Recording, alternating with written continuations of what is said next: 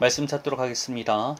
말씀은 역대상 21장에서 1에서 7절 말씀입니다. 말씀은 역대상 21장 1절에서 7절 말씀. 다 찾으셨으면 제가 낭독하겠습니다. 사탄이 일어나 이스라엘을 대적하고 다윗을 충동하여 이스라엘을 계수하게 하니라. 다윗이 요압과 백성의 지도자들에게 이르되 너희는 가서 부엘세바에서부터 단까지 이스라엘을 계수하고 돌아와 내게 보고하여 그 수요를 알게 하라 하니 요압이 아뢰되 여호와께서 그 백성을 지금부터 100배나 더 하시기를 원하나이다. 내 조왕이여 이 백성이 다 내 주의 종이 아니니까 내 주께서 어찌하여 이 일을 명하시나이까 어찌하여 이스라엘이 범죄하게 하시나이까 하나 왕의 명령이 요압을 재촉한지라. 드디어 요압이 떠나 이스라엘 땅에 두루 다닌 후에 예루살렘으로 돌아와 요압이 백성의 수요를 다윗에게 보고하니 이스라엘 중에 칼을 뺄 만한 자가 110만 명이요 유다 중에 칼을 뺄 만한 자가 47만 명이라. 요압이 왕의 명령을 마땅치 않게 여겨 레이와 베냐민 사람은 계수하지 아니하였더라. 하나님의 이 일을 악하게 여기사 이스라엘을 치심해. 아멘. 오늘 선포하고자 하는 말씀은 이게 정말 죄일까? 라는 제목으로 말씀을 선포하고자 합니다. 오늘 본문은 다윗이 저지른 잘못 가운데 한 가지입니다. 다윗은 하나님께 가장 인정받는 왕이었지만 많은 잘못을 저질렀던 왕이기도 했습니다. 성경은 그가 저질렀던 범죄들을 숨기지 않고 적나라하게 나열합니다. 어떻게 보면 오늘 본문은 다윗이 저지른 죄 중에서 이게 정말 죄일까? 라는 의문이 생길 정도입니다. 그러나 성경은 우리의 생각과는 다르게 바라보죠. 다윗의 측근 요압도 다윗의 지시가 잘못된 것으로 생각할 정도였습니다. 또한 하나님께서는 이런 다윗의 잘못으로 인해서 이스라엘에 큰 전염병을 내릴 정도로 심각한 죄였다고 성경은 말하고 있습니다. 성경은 왜 이렇게까지 다윗의 인구 조사를 큰 죄로 다루는 것일까요? 우선적으로 이스라엘이란 나라가 어떠한 나라였는지 이해부터 해야 합니다. 이스라엘은 신정국가였습니다. 즉 신정국가는 국가의 최고 통치자가 인간의 왕이나 국민이 아니며 하나님이 되는 것입니다. 즉 다윗은 왕이라 불리우지만 신의 대리자인 위치로 있다고 보면 되는 것입니다. 이스라엘의 진짜 왕은 하나님이 되신다는 것입니다. 그렇게 성경은 이스라엘의 왕에게 독특한 명령을 내리시게 됩니다. 신명기 17장 18에서 19절에서는 이와 같이 말씀하고 계십니다. 그가 왕위에 오르거든 이 율법서의 등사본을 레위 사람 제사장 앞에서 책에 기록하여 평생에 자기 옆에 두고 읽어 그의 하나님 여호와 경외하기를 배우며 이 율법의 모든 말과 이 규례를 지켜 행할 것이라. 하나님께서는 왕에게 제왕학이나 군사 관련 책을 공부할 것을 명하시지 않으셨습니다. 성경을 가까이 할 뿐만 아니라 그 규례를 지켜 행할 것을 요구합니다. 참 특이하죠? 하나님께서 왕에게 요구하시는 것이 말씀을 가까이 하고 말씀대로 사는 것이라니 말입니다. 그것은 왕의 위치가 하나님의 대리자였기 때문입니다. 하나님께서 왕이 되시기에 하나님께서 책임져 주시겠다는 것입니다. 왕은 그러한 하나님의 대리자로서 백성이 하나님 뜻 가운데 살도록 하는 것이 그 역할이었다는 것입니다. 그렇게 하나님께서는 이스라엘의 왕에게 일반 왕들이 추구하는 것들을 취하지 못하도록 하셨습니다. 신명기 17장 16에서 17절 말씀은 이와 같이 말씀하고 있습니다. 그는 병마를 많이 두지 말 것이요 병마를 많이 얻으려고 그 백성을 애굽으로 돌아가게 하지 말 것이니 이는 여호와께서 너희에게 이르시기를 너희가 이후에는 그 길로 다시 돌아가지 말 것이라 하셨음이며 그에게 아내를 많이 두어 그의 마음이 미혹되게 하지 말 것이며 자기를 위하여 은금을 많이 쌓지 말 것이니라. 우선적으로 병마를 많이 두지 말라는 것은 군사력을 의지하지 말라는 것입니다. 고대 사회에서 군마, 즉 말은 무척 중요한 전략 자산이었습니다. 몽골군이 기마병만으로 세계를 제패한 것을 보면 군마는 고대 사회의 전략병기로 취급받을 정도라는 것입니다. 물론 몽골의 기마병은 다른 나라의 기마병들과는 차이점이 있지만 말입니다. 하나님께서는 이러한 군사력을 상징하는 군마를 많이 두지 말라는 것입니다. 정말 의지해야 할 것은 군사력이 아닌 하나님이시라는 것입니다. 다음으로는 아내를 두지 말라고 명합니다. 이는 단순히 음란과 관련된 것만을 말하는 것이 아닙니다. 왕이 결혼하는 상대자들은 대개 어떤 사람들이었겠습니까? 왕국에서 가장 아름다운 여성일 것이라 생각하지만 실상은 달랐습니다. 왕의 결혼은 효과적인 통치 수단을 위해서 이루어졌습니다. 즉 주변 국가의 공주들과의 결혼을 통해서 외교적인 관계를 유지할 뿐만 아니라 정복한 땅의 유력자들과의 결혼을 통해서 안정적인 통치를 가능하게 만들었습니다. 즉 볼모로 만들어버리는 것이죠.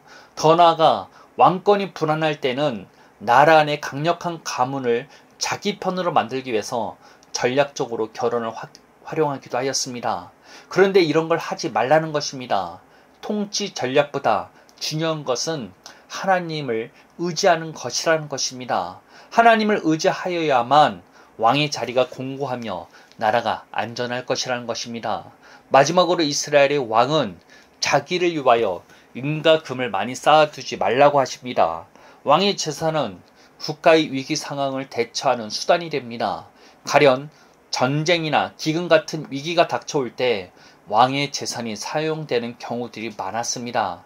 즉, 이 명령은 왕의 인간적인 수단이 되는 금과 은이 아닌 오직 하나님만을 의지할 것을 말하는 것과 같다는 것입니다.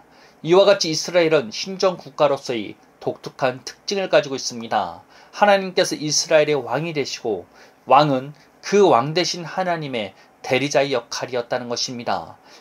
그런데 다윗은 이런 부분을 망각하게 됩니다. 전쟁에서의 계속적인 승리는 자신의 군사력이 대단해서 승리한 것이라는 착각을 버리게 만들었다는 것입니다. 그렇게 자신의 군사력을 과시하고 싶은 마음에 인구 조사를 시키게 된 것입니다. 하나님께서는 이러한 다윗의 중심을 보신 것입니다.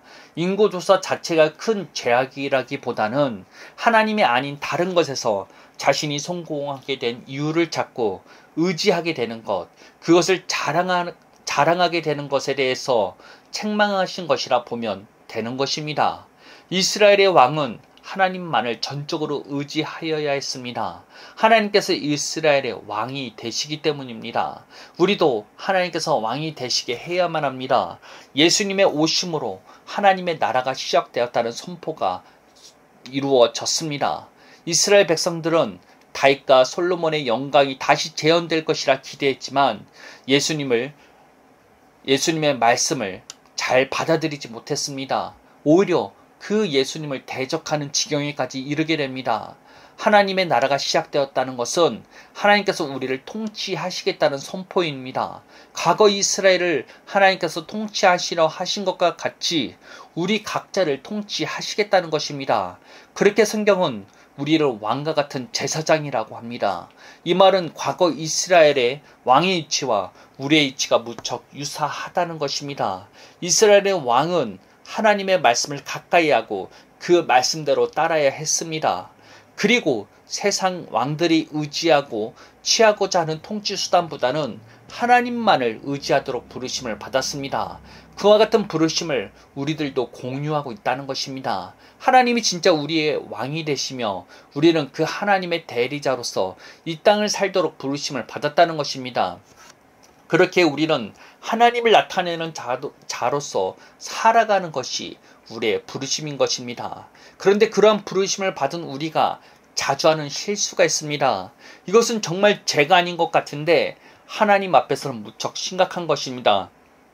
바로 그것은 자신을 부인하지 않고 하나님의 뜻대로 살아가려 하는 것입니다. 무척 이상하게 들리죠? 그런데 한번 들어보시길 바랍니다.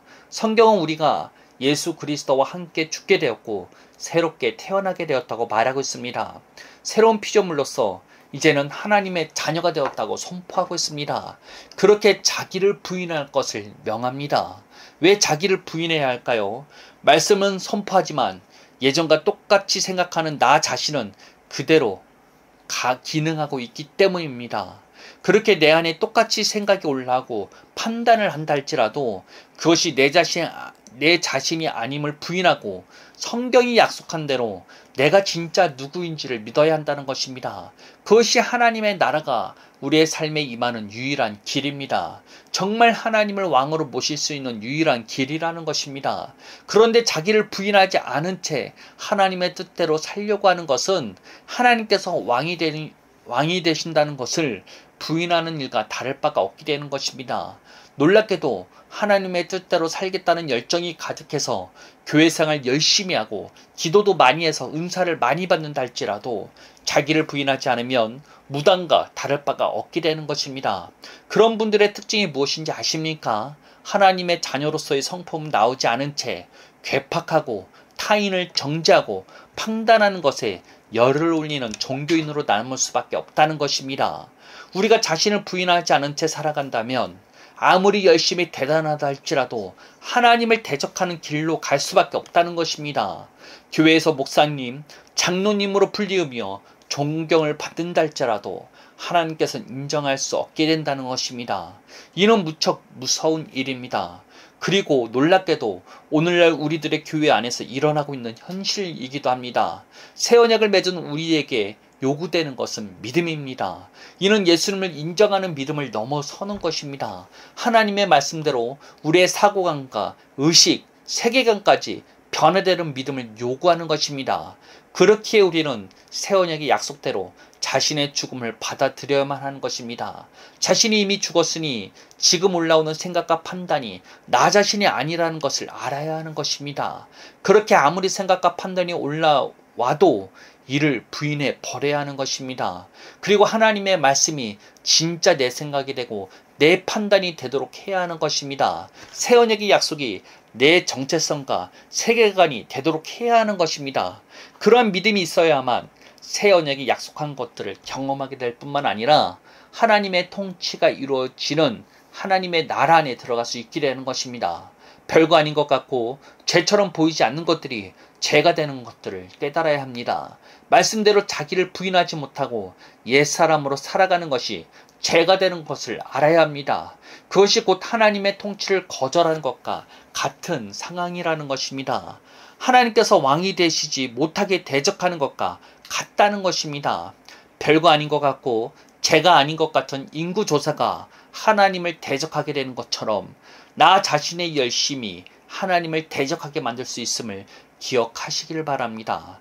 자기를 부인함으로써 새 사람을 입으시길 바랍니다. 새 언약의 약속대로 생각하고 판단하시기를 바랍니다. 진짜 내가 누구인지를 말씀을 통해서 찾으시기를 바랍니다. 그 길이 하나님의 통치가 시작되게 되는 길이라는 것입니다. 진짜 죄 같지 않아 보이는 것들이 실상은 하나님을 대적하고 있다는 것을 깨달으셔야 합니다. 하나님께서 우리의 왕이 되시게 해야 합니다. 이는 자기를 부인하고 하나님의 말씀대로 자기가 누구인지를 받아들여야만 하는 것입니다. 말씀대로 생각하고 행동하는 데까지 나가야 하는 것입니다. 하나님께서는 왕이시고 우리는 그분의 대리자입니다. 이스라엘의 왕을 기억해 보시기를 바랍니다.